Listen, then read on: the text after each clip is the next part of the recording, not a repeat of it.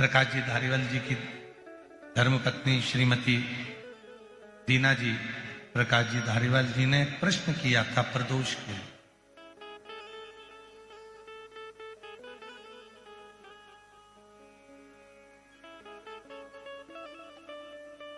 प्रथम प्रदोष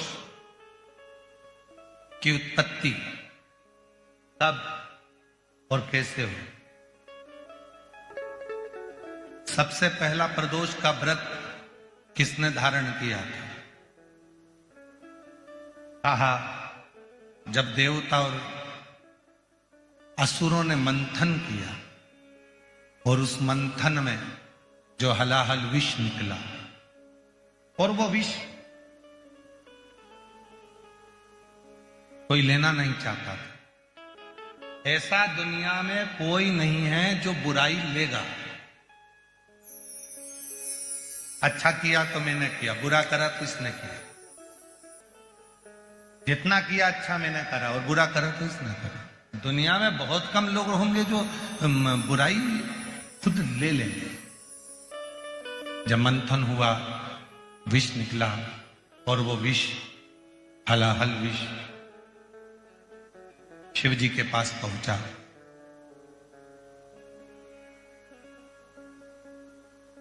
त्रयोदशी का दिन था। बाबा भोलेनाथ जी से देवताओं ने प्रार्थना करी कि यह विष कोई पीने को तैयार नहीं है। तब भगवान देवाधिदेव महादेव ने उस विष को हाथ में लिया और मुख से लगाना प्रारंभ ही करा कि मां जगतजननी उस कंठ में जाकर बैठ गई। मां जगतजननी जगदम्बा अम्बा उस कंठ में जाकर बैठी और उस विष के बैलेंस को, उस विष को नीचे नहीं उतरने दी। इतना हलाहल विष था कि देवाधिदेव महादेव भी अगर उस विष को पीते तो उनके भी प्राण जा सकते, पर उतरने ही नहीं दी।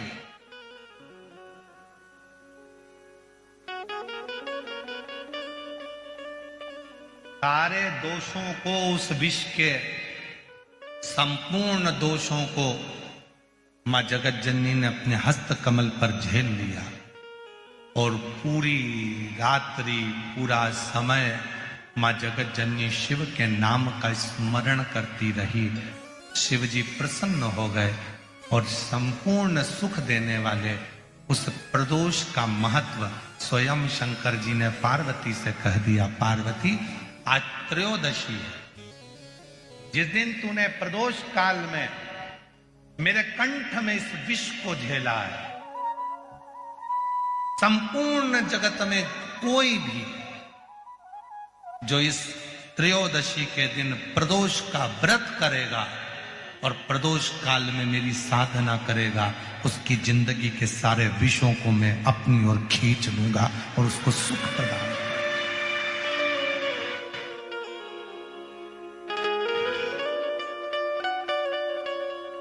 संपूर्ण जगत का विष, कितना सुंदर कहा है। ये जो प्रसंग आप लोगों को मिल रहा है, ये प्रसंग हम इस कथा में लेने वाले नहीं थे, पर उन्होंने माता जी ने पहले दिन ही ऐसा प्रश्न खड़ा कर दिया, इसलिए इसको थोड़ा थोड़ा थोड़ा थोड़ा लिया जा रहा है। इसलिए इसको थोड़ा थोड़ा थोड़ा थोड़ा लिया। कितना सुंदर वर्णन करा गया है शिव महापुराण में प्रदोष की महत्वता में। शिव महापुराण में प्रदोष की महत्वता कहते हुए स्वयं वेद व्यास जी वर्णन कर रहे हैं। तुमरुका जी चंचुला देवी से कहते हैं, चंचुला 15 दिन में प्रदोष आती है। हर 15 दिन में प्रदोष आती है।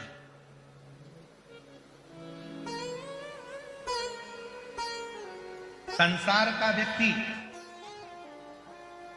यदि किसी तीर्थ में नहीं जा सकता, संसार का व्यक्ति कोई तीर्थ नहीं जा सकता, संसार का व्यक्ति कोई तीर्थ में जाकर स्नान नहीं कर सकता, संसार का व्यक्ति किसी तीर्थ में जाकर किसी पवित्र नदी का यदि स्नान नहीं कर पाता, तीर्थ नहीं जा पाता या भगवान शंकर का भजन नहीं कर पाता, हर 15 दिन में प्रदोष आती है।